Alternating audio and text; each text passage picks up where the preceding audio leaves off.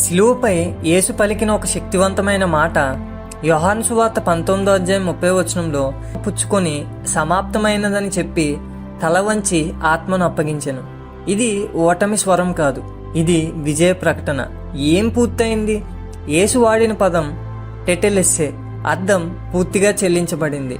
పాపానికి ఉన్న రుణం, న్యాయానికి ఉన్న డిమాండ్, రక్షణకు అవసరమైన కార్యం అన్నీ పూర్తయ్యాయి. ఇది ఇంకా ప్రయత్నించాలి కాదు, ఇంకా సంపాదించాలని కాదు, ఇది పూర్తయింది. మనుష్య రీతులు చెప్తాయి, మరింత చెయ్యి, మరింతగా నిరూపించు, మరింత శ్రమించు. కానీ సిలువ చెప్తుంది, ఆయన ఇప్పటికే చేశాడు. నీవు రక్షణను సంపాదించలేవు, కానీ నీవు దాన్ని స్వీకరించగలవు. సిలువపై పని ముగిసింది. ఇప్పుడు విశ్వాసం ద్వారా అది నీదవుతుంది.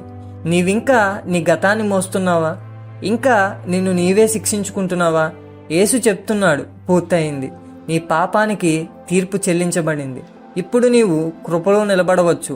ఇవాళ సత్యం ఇదే, సిలువపై ఓటమి కాలేదు, పూర్తి రక్షణ ప్రకటించబడింది.